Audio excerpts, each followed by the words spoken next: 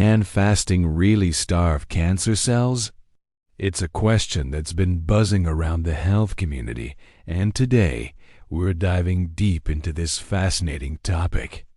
You've probably heard the claim that fasting can starve cancer cells, but is there any truth to it? Let's separate fact from fiction and explore what science really says about fasting and cancer.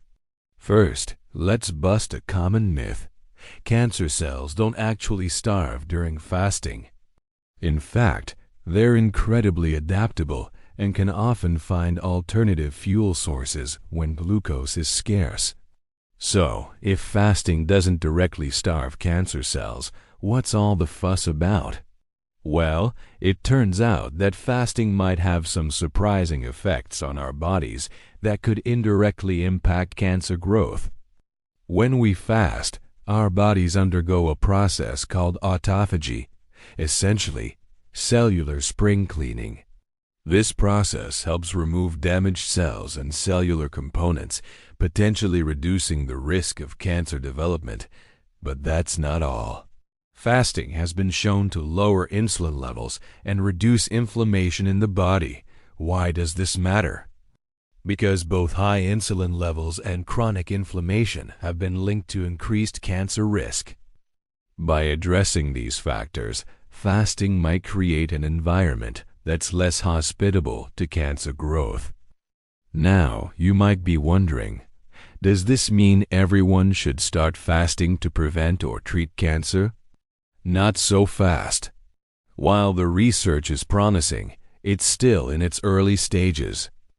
Most studies have been conducted on animals or in laboratory settings, and we need more human trials to fully understand the effects of fasting on cancer. It's also crucial to remember that fasting isn't suitable for everyone, especially those already dealing with cancer. Proper nutrition is vital during cancer treatment, and fasting could potentially interfere with the body's ability to heal and fight the disease. So, what's the takeaway? While fasting might not directly starve cancer cells, it could potentially create conditions in the body that make it harder for cancer to thrive. However, it's not a magic bullet or a substitute for conventional cancer treatments. If you're intrigued by the potential benefits of fasting, it's essential to approach it with caution and under medical supervision. Remember, everyone's body is different, and what works for one person may not work for another.